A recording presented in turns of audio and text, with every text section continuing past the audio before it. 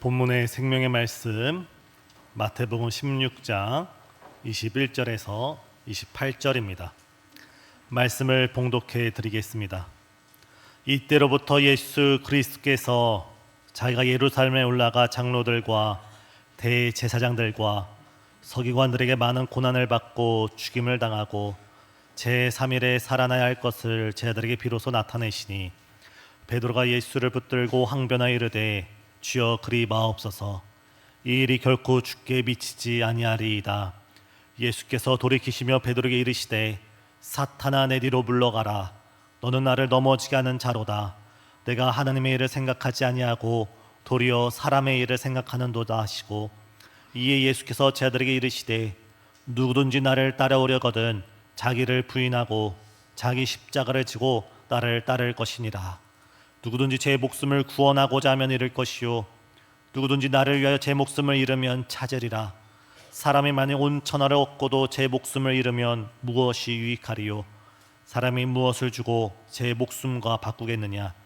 인자가 아버지의 영광으로 그 천사들과 함께 오리니 그때 각 사람이 행한 대로 갚으리라. 진실로 너에게 이르노니 여기 서 있는 사람 중에 죽기 전에 인자가 그 왕권을 가지고 오는 것을 볼 자들도 있느니라. 아멘. 9월 첫 번째 주 총동원 주일 예배 오신 우리 성도님들을 예수님의 이름으로 환영하고 또한 축복합니다. 아주 오래전에 미국에서 있었던 한 사건이 있습니다. 어느 한 사람이 출장으로 낯선 도시로 출장을 가게 되었습니다. 애당초 예상했던 날짜보다 날짜가 길어져서 주일을 그 지역에서 지켜야 되는데, 신앙이 두터웠던 이 사람은 자신의 숙소로부터 가장 가까운 교회에 방문하게 되었습니다. 우리 교회 같은 경우, 또한 대부분의 한국 교회 같은 경우는 주차장에 내리면 거의 지근거리에 교회가 있는데, 미국 같은 경우는 주차장이 넓은 경우가 종종 있습니다. 이 사람이 주차장에 내려서 예배당을 향해 교회 건물 향해 걸어가는데, 사람들의 시선이, 자신을 바라보는 사람들의 시선이 뭔가 낯설고 뭔가 어색하다는 것을 느꼈습니다. 우리 교회에 새 가족이 처음 방문한다면 우리는 어떻게 맞이해야 할까요? 오늘 우리 이 시간 새 가족이 왔다 생각할 때, 아니 새 가족뿐만 아니라 매일 주일 예배, 매일매일 진행되는 우리 교회 여러 예배 가운데 수많은 성도님들이 우리 앞에 우리 교회로 올 때 우리는 어떠한 자세로 그들을 맞이해야 될까요? 얼굴에는 웃음꽃을 활짝 피우고, 마치 예수님이 우리를 바라보면서 기뻐하듯이 그러한 기쁨으로 한 성도 한 성도를 사랑스러운 눈빛으로 품으시면서, 여기 기둥에 기록된 대로 사랑합니다, 감사합니다, 행복합니다를 표정으로 나타내면서 인사하고 반갑게 환대하는 교회가 바로 복된 교회가 될 줄 믿습니다. 우리의 얼굴에 웃음꽃이 피면 우리의 마음에 은혜의 꽃이 피고, 우리 마음에 은혜의 꽃이 피면 우리 삶에 은혜의 열매들이 풍성하게 열릴 줄 믿습니다. 이 시간 지금 우리 얼굴에 웃음꽃을 활짝 피고 우리 옆에 계신 성도님께 사랑합니다, 감사합니다, 환영합니다, 우리 다 같이 인사하겠습니다.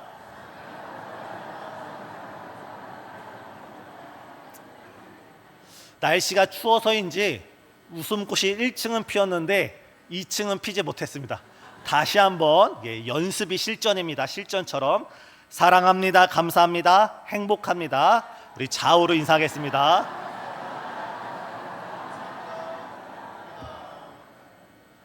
상대방이 우리를 향해 웃음을 지어주기 전에, 상대방이 나를 향해 인사를 해주기 전에 우리가 먼저 반갑습니다, 보고 싶었습니다, 잘 오셨습니다, 또 오세요, 우리 성도님들 우리가 서로 사랑으로 하나 되는 우리 신생중앙교회가 되길 예수님의 이름으로 축복합니다. 그런데 이 교회 제가 앞서 말씀드린 이 교회는 그러하지 못했던 교회입니다. 심지어 이 사람이 이제 예배당 건물, 교회 건물에 다다라서 그 교회당 앞으로 들어가려고 하는데 안내를 쓰는 안내위원들이 그 앞길을 가로막는 겁니다. 우리 교회에 들어올 수 없습니다. 우리 교회에 들어올 수 없습니다. 다른 데로 가서 예배를 드리세요. 다른 교회를 가서 예배를 드리세요.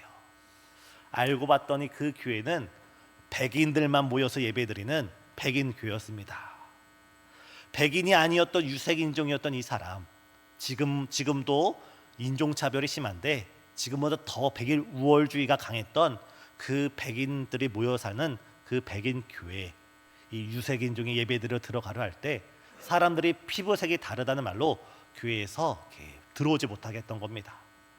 이 사람은 순식간에 자신이 예배 들어왔다가 인종차별을 당하고 또한 예배를 드릴 수 없다는 그 사실에 속상하고 마음이 상한 나머지 자동차로 돌아가서 하염없이 울었습니다. 하염없이 울었습니다. 그러다 한참 기도하다가 그 마음 가운데 마치 주님의 음성이 들리는 것만 같았다 합니다. 나도 울고 있다. 나도 울고 있다. 나도 저 예배당에 들어가서 교회에 들어가서 나도 저들과 함께 예배를 드려야 되는데 저 교회의 주인이 저들이 돼서 저들이 나도 영접하지 않는구나. 이 시간 우리 잠시 두 손을 모아서 우리 가슴에 손을 얹길 바랍니다. 우리 잠시 우리 두 눈을 감고 우리의 마음을 살펴보길 원합니다. 과연 우리 마음의 주인은 누구이십니까? 과연 우리 가정의 가장은 누구이십니까? 우리 신생중앙교회 참 목자는 누구이십니까? 우리가 입술로는 예수님이 내 삶의 주인이시고 예수님이 우리 가정의 가장이시고 예수님이 우리 교회의 머리라고 우리가 고백을 하면서도 정작 우리 마음에는 우리가 너무나 많아서 주님이 계실 곳은 없는 것은 아닐까요?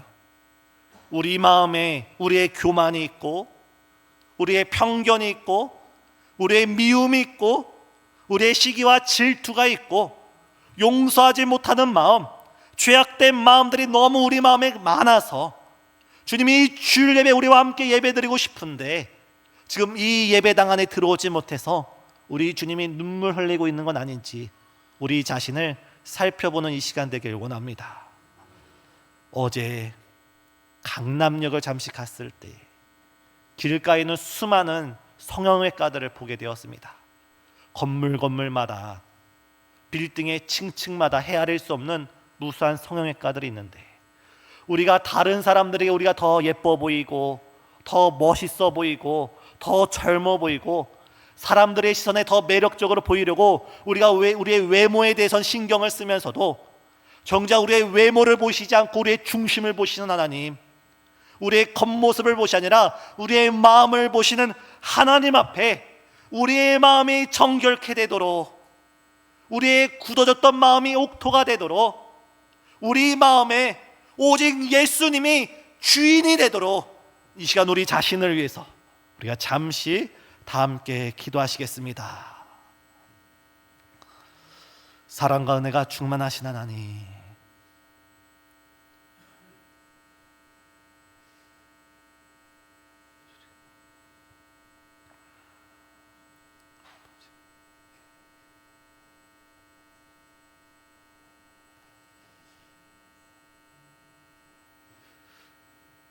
우리 주님께서 말씀하셨습니다.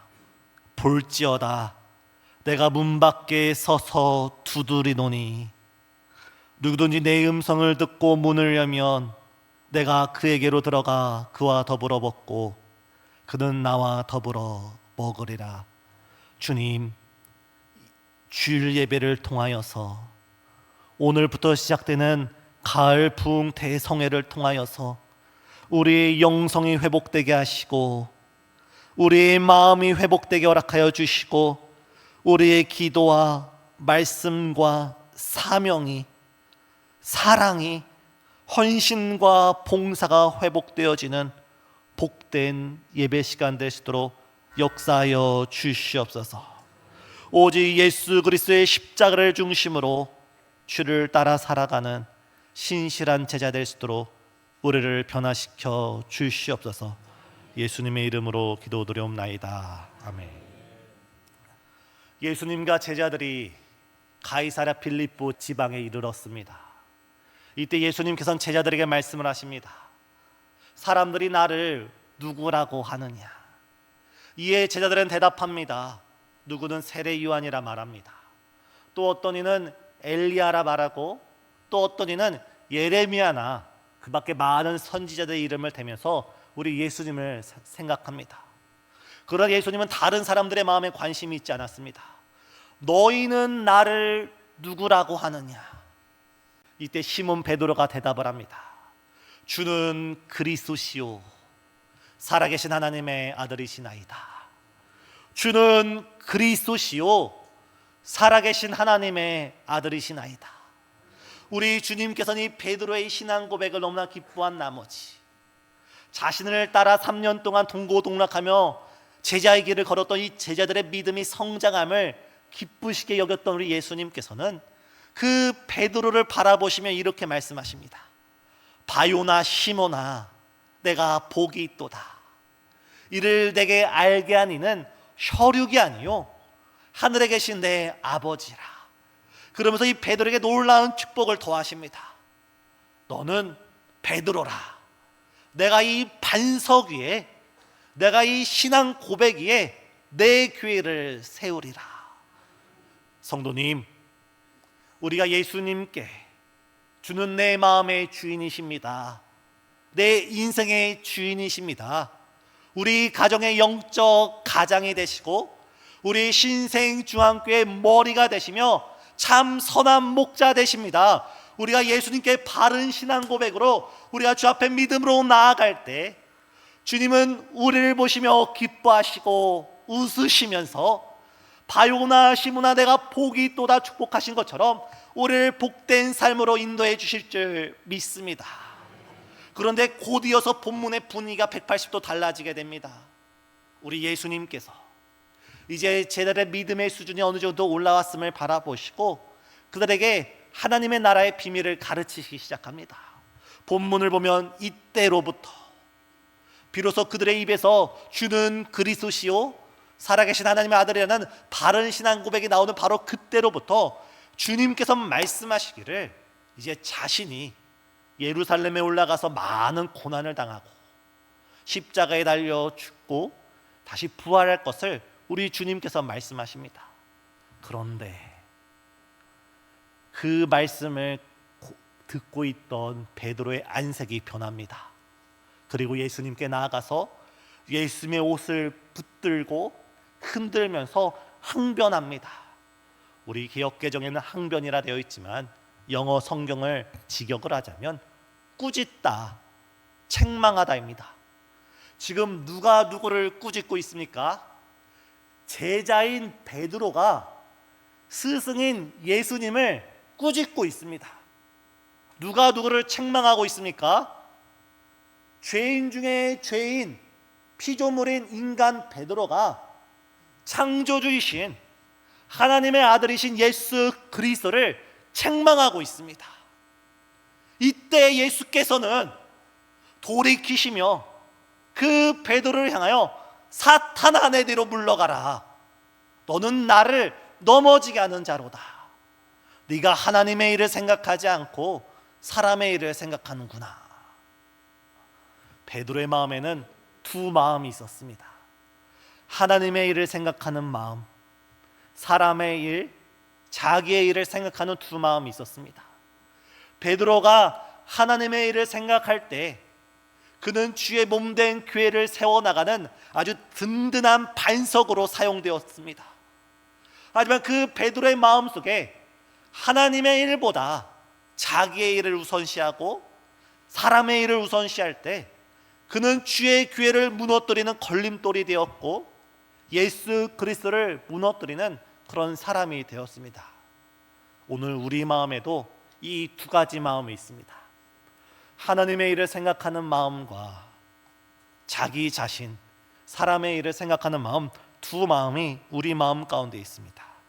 우리는 먼저 그의 나라와 그의 일을 구하시는 우리 성도님 되시길 바랍니다. 육의 생각을 영의 생각에 쳐서 복종하는 저와 우리 성도님 되시길 간절히 소망합니다.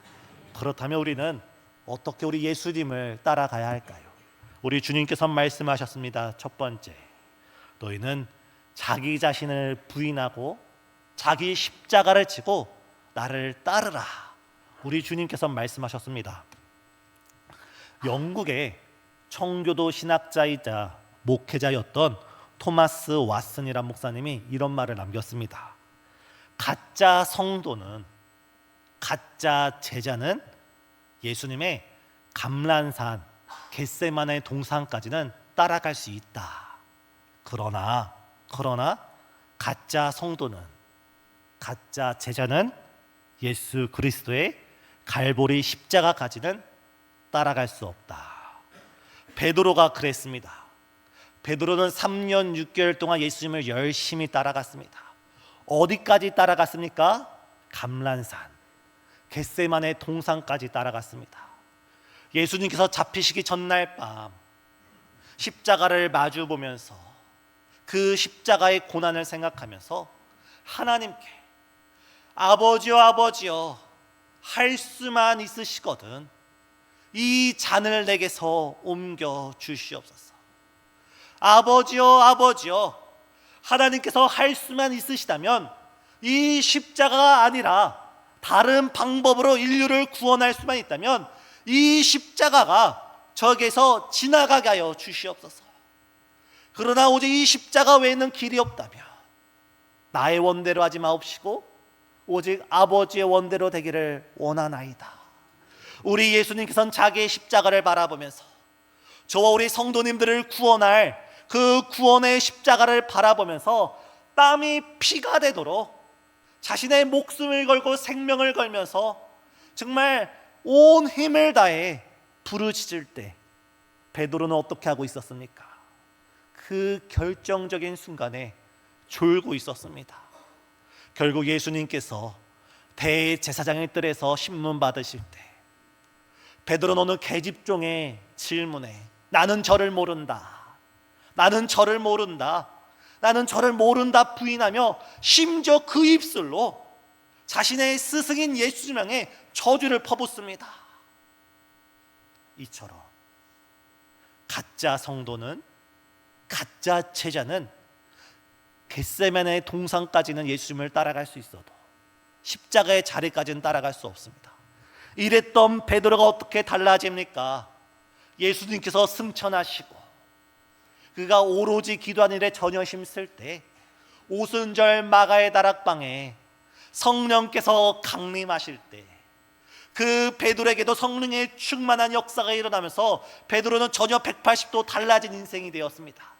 이제는 진정한 제자가 되었고 이제는 진정한 성도가 되었습니다.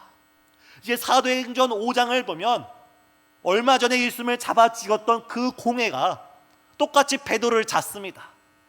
그리고 그의 옷을 찢고 예수님이 맞으셨던 그 책찍질을 베드로에게도 책찍질을 합니다. 그리고 나서 그를 풀려줄 때 베드로를 비롯하여 사도들이 고백하기를 불과 얼마 전에는 십자가를 바라보고 도망쳤던 그 제자들이 이제는 자신들이 예수 그리스도의 이름을 위하여서, 예수 그리스도의 이름을 인하여서 핍박받고 책찍질 당하고 능욕받는 자로 합당하게 여김을 받았다는 그 사실 자체로 그들이 기뻐하고 즐거워하고 하나님 향해 찬양을 드리기 시작합니다. 나 같은 부족한 사람이 예수 그리스도의 십자가를 위하여 핍박받는다는 영광, 나같이 연약한 사람이, 죄된 사람이 예수님의 십자가를 지고 따라가다가 주의 영광 가운데 그 고난에 동참한다는 그 영광에 사도들과 제자들은 하나님께 영광을 돌리면서 자신들을 불러주신 그 주님께 찬양하고 경배를 하고 있습니다. 사랑하는 성도님, 우리도 십자가를 지고 주를 따라가다 보면 때로는 책짓질을 당할 수도 있고 때로는 돌팔매질을 당할 수도 있고 때로는 속상하고 억울하고 눈물이 흘려지는 그런 일도 있을 수 있습니다. 하지만 우리가 진정한 예수님의 제자라면, 진정한 예수 그리스도를 따르는 참 제자라면 그 예수 그리스도의 이름을 위하여서 예수 그리스도의 십자가의 고난에 동참한다는 그 사실을 영광으로 여기시면서 나에게 주어진 그 영광의 십자가, 그 십자가로 인해 오늘도 내가 죽고 내 안에 예수 그리스도께서 살아나는 복된 십자가 군병 되시길 예수님의 이름으로 축복합니다. 성경은 이러한 사람들을 가리켜서 세상이 감당하지 못하는 사람이라고 말합니다. 세상이 감당할 수 없는 사람, 핍박을 해도 고난을 해도 어려움을 줘도 오직 예수, 오직 십자가, 오직 나에게 주어진 그 거룩한 십자가를 붙들고 가는 그 사람 앞에는 때로는 죽음이 있을지라도, 때로는 어떤 환난과 시험이 있을지라도 우리 하나님께서 그 성도와 영원히 함께 하셔서 죽어도 죽지 않는 영원한 부활의 영광으로 인도하여 주실 줄 믿습니다. 그러나 우리는 지금 어떻습니까? 아니, 제 자신은 어떻습니까? 우리가 입술로는 하나님을 따른다고, 우리가 입술로는 십자가를 지고 간다 하면서도, 정작 입술로는 주의 영광을 말하면서도 실상은 나의 일을 구하고 나의 생각을 구하고 내 계획을 구합니다. 교회 안에서 어떤 일을 할 때 내 계획, 내 생각, 내 의대로 이루어지지 않으면 상처를 받습니다. 주의 나라와 그의 의를 구하는 것이 아니라 나의 생각을 먼저 구하고 있는 것이 우리 자신이 아닌지 이 시간 말씀 앞에 우리를 조명하는 이 시간 되길 소망합니다. 주님은 나를 따르려거든 자기 자신을 부인하고 자기 십자가를 지고 나를 따르라 우리에게 말씀하셨습니다. 오늘 우리에게 주어진 그 사명의 십자가, 믿음으로 지고 함께 따라가는 참 제자가 되는 저와 우리 성도님 되시길 예수님의 이름으로 축복합니다. 우리는 베드로의 마지막 장면을 잠시 생각해 볼 필요가 있습니다. 초대 교회의 문헌에 따르면 베드로는 로마에서 마지막을 맞이합니다. 로마에서 목회를 하고 있던 베드로에게 네로 황제의 박해가 일었고 생명을 위협을 느낀 베드로는 로마 시내를 떠나서 다른 길로 도망치고 있었습니다. 베드로가 로마 시내를 벗어나 다른 길로 달려갈 때 갑자기 저 멀리서 부활의 예수님, 그 영광의 빛이 비추면서 베드로 향해 다가오는 겁니다. 이에 베드로는 예수님이 나에게 어떤 말씀을 해주실까 예수님을 바라보는데 예수님이 자신을 외면하고 지나가는 겁니다. 이때 베드로가 했던 말, 주여 어디로 가시나이까? 주여 어디로 가시나이까? 영화로도 제작됐던 퀴바디스 도미네, 주여 어디로 가시나이까? 이때 예수님께서 나는 로마로 간다. 나는 내 양떼가 있는 저 로마로 간다. 네가 도망치는 십자가 있는 곳, 네가 달아나는 십자가 있는 곳, 나는 그곳으로 십자가를 지러 간다. 이때 베드로는 다시 한번 자신의 허물을 깨닫고 예수님 앞에 무릎 꿇고 회개한 다음에 주여 제가 가겠습니다 하면서 다시금 방향을 바꿔서 바로 로마로 들어가게 되었습니다. 로마 병사들에 의하여 붙잡혀서 십자가 처형이 이루어지는 날 베드로는 이렇게 고백합니다. 우리 주님이 지고 갔던 그 십자가, 우리 주님은 똑바로 십자가에 달려 돌아가셨는데 저는 우리 주님과 똑같이 달릴 만한 존재가 아닙니다. 저를 십자가에 거꾸로 매달아 주세요. 결국 베드로는 십자가에 거꾸로 매달아 순교자의 그 영광의 반열에 이름을 올리게 되었습니다. 오늘 이 시간 주님이 우리에게 말씀하시기를 우리를 충성되이 여겨 맡기신 그 사명의 십자가, 그 십자가를 지고 날마다 우리 자신을 부인하고 오직 주를 따라가는 우리 성도가 되길 원합니다. 이때 우리의 힘으로 우리가 십자가를 질 수 없습니다. 우리의 의지와 결단으로 우리가 십자가를 질 수 없습니다. 오직 성령의 충만함을 받을 때, 오직 성령께서 우리 안을 주장하여 주실 때 우리는 비로소 그때 십자가 군병으로 살아갈 수가 있습니다. 오늘 오후부터 시작되는 가을 부흥 대성회 가운데 정말 우리 한 성도도 빠지지 않고 함께 동참하셔서 정말 내가 참 그리스도인, 참 제자, 참 십자가 군병이 되어서 주를 따라 나가는 귀한 시간이 되도록 우리 마음의 성령의 충만함, 하나님의 전신갑주를 입기 위하여 함께 기도하는 우리 성도님 되시길 소망합니다. 두 번째, 자기 십자가를 지고 예수님을 따라갔던 바울이 있습니다. 바울은 예수님을 만나기 전에 교회를 핍박했던 자였지만 그가 다메섹 도상에서 예수님을 만난 다음에 그의 인생 또한 180도 달라지게 되었습니다.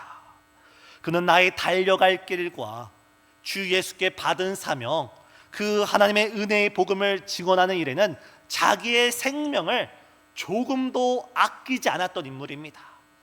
고린도후서 11장을 보면 사도 바울의 여러 전도 여행 가운데 그가 당했던 여러 어려움들이 기록되어 있습니다. 사도 바울은 이렇게 고백합니다.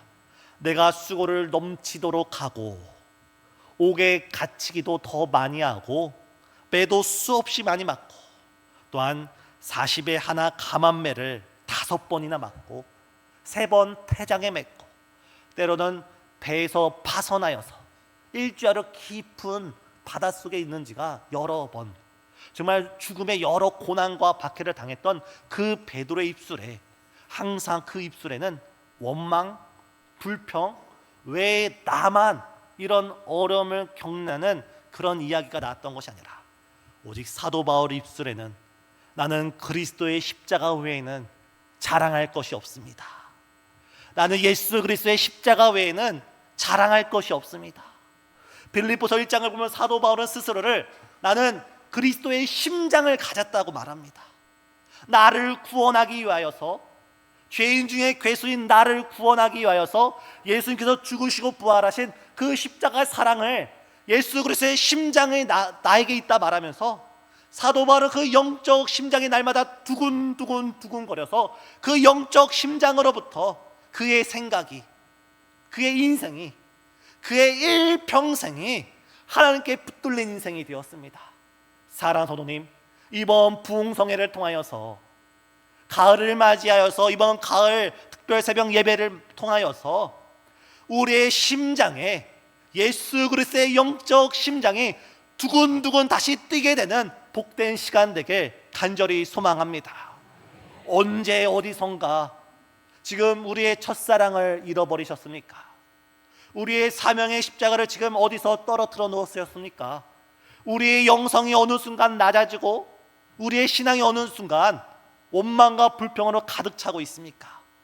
이번 부흥성회와 이번 특별 새벽 예배를 통하여 우리의 영성이 회복되고 사명의 십자가가 회복되고 첫사랑의 은혜가 회복되고 우리 삶에 그 십자가를 위하여 헌신하고 봉사하고 때로는 사람들이 몰라줘도 때로는 사람들로부터 오해를 받아도 오직 예수 그리스도의 십자가를 지고 그렇게 수모 당하는 것을 영광으로 여기시면서 주를 따라 나가는 저와 우리 성도님 되시길 예수님의 이름으로 축복합니다. 아프리카 선교의 아버지라 불리는 데이비드 리빙스턴이 있습니다. 이분의 말씀을 통해 오늘 말씀을 매듭짓고 합니다. 이분은 젊어서 의사가 되었고 맨 처음에는 중국으로 선교를 가려다가 하나님이 막으셔서 아프리카로 선교를 떠나게 되었습니다. 무려 33년 동안 그가 아프리카 잠비아 땅에서 죽게 이르기까지 무려 33년 동안 아프리카에서 선교를 했고 오늘날 많은 사람들이 그를 가리켜서 아프리카 선교의 아버지라고 호칭을 지어줬습니다. 그가 아프리카 잠비아 지역에서 죽었을 때에 영국에 있는 국회의원들과 잠비아에 있는 지도자들이 논쟁을 벌였습니다. 영국에 있는 사람들은 우리 영국의 자랑이고 이렇게 훌륭하신 분을 우리나라에 모셔와서 우리나라에서 장례를 치러합니다. 그런데 아프리카 사람들은, 잠비아 사람들은 우리 아프리카를 지극히 사랑하여서 우리 아프리카를 위하여 한평생 살아간 이 선교사님을 우리 잠비아 땅에, 아프리카 땅에 묻어야 합니다. 이런 논쟁 속에서 결론을 내기를 리빙스턴은 늘 말하기를 나의 심장은 늘 아프리카 땅에 묻히길 원한다 했던 유언을 따라 그의 심장은 잠비아 땅에 묻고 그의 시신은 영국의 중심 런던의 중심인 웨스턴미스턴 교회 그 사원 지하에 고이 안장했습니다. 그에게 한 형이 있었는데 그 형은 이 리빙스턴이 아프리카 선교를 간다 했을 때 가장 극렬하게 반대했던 인물입니다. 그 또한 의사였고 그는 나는 이 땅에서 더 잘 사는 삶을 원한다면서 선교를 나가는 그 동생을 꾸짖고 말렸습니다. 오늘날 두 형제를 바라볼 때 동생인 리빙스턴은 잠비아 땅에서 또한 영국의 웨스트민스턴 사원에서 주님을 사랑했던 그 심장은 여전히 뛰고 있습니다. 반면에 그 형의 무덤의 비석에는 한 줄이 있습니다. 바로 리빙스턴의 형이다.